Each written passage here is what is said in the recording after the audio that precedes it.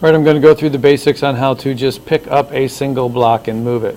First, we're going to click this up here to start a new Robocell, and everything comes up blank. First thing I have to do is go to File, Import 3D Model, and then you should have already, if you watched the video before on how to use Cell Setup to make your setup, this is one that I've got already set up.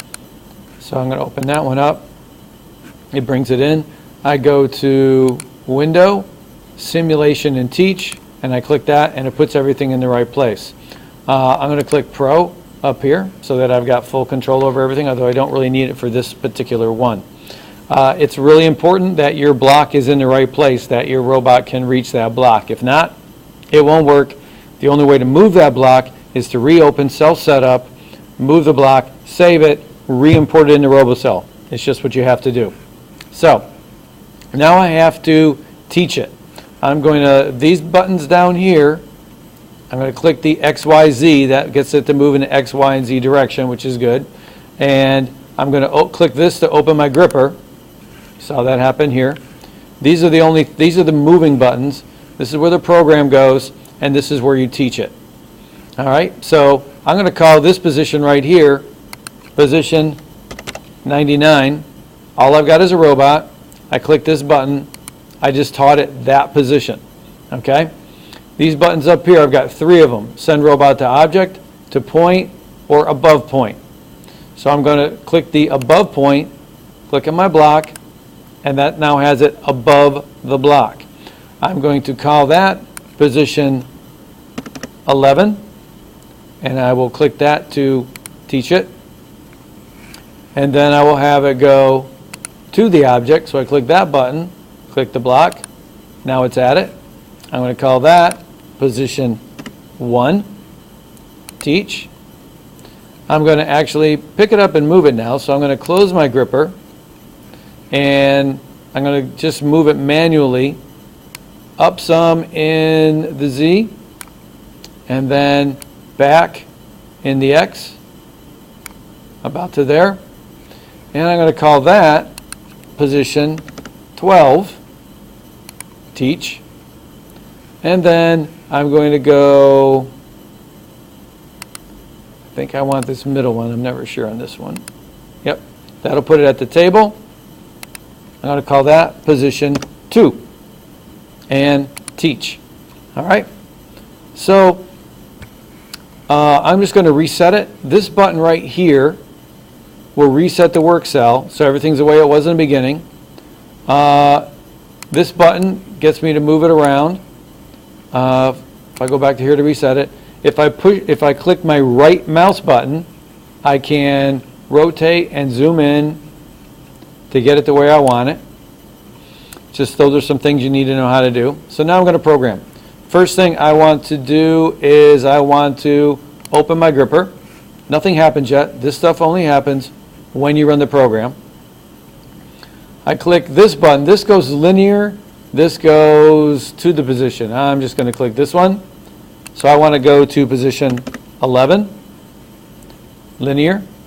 Fast. Click OK.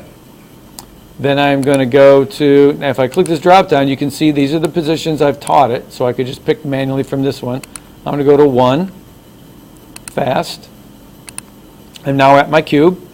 So I'm going to close my gripper. These buttons are to program the open and closing. They don't make it actually do it till you run it. Now I'm going to go, I want to go back up a little bit. So I'm going to go back to position 11. Then I want to move backwards like I did before. So I'll do that one. I'm going to go position 12. Fast. Okay. And then I'm going to go down to the table, position 2.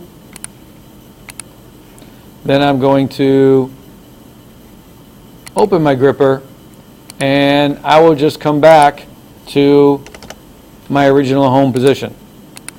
And that would be the end of my program. Okay? So I've got all that. So if I just click start here, this takes it through one step at a time. This runs it one time. This runs it continuously. Well, that wouldn't do me any good because my block will be gone. I want to run this, but if I click it, you'll see nothing happens. I have to start I have to click on my first line first. Now I click on single cycle. Gripper opens, and it also highlights as it goes down from place to place. You can tell where it is in the program. Steps down, grabs it, comes up, moving back, coming down, up, back to home position, and there you go. Pick and place. It's that easy. One last thing is if I want to, well, this is kind of interesting. Check this one out. If I reset it and go to follow me camera,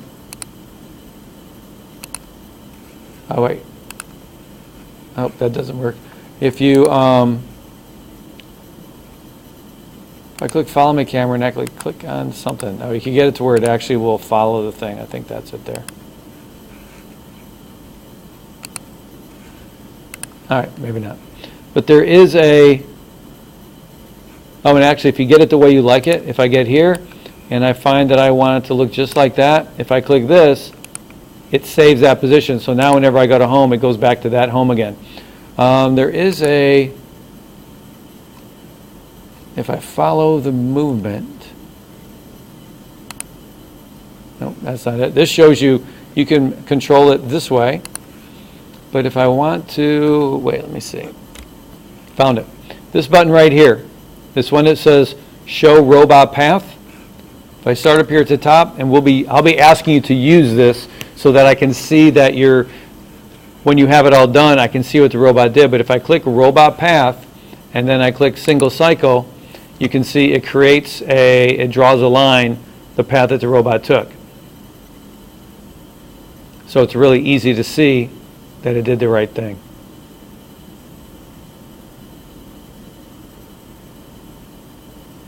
All right, so that'll take care of it. So that's how to do the first pick and place activity.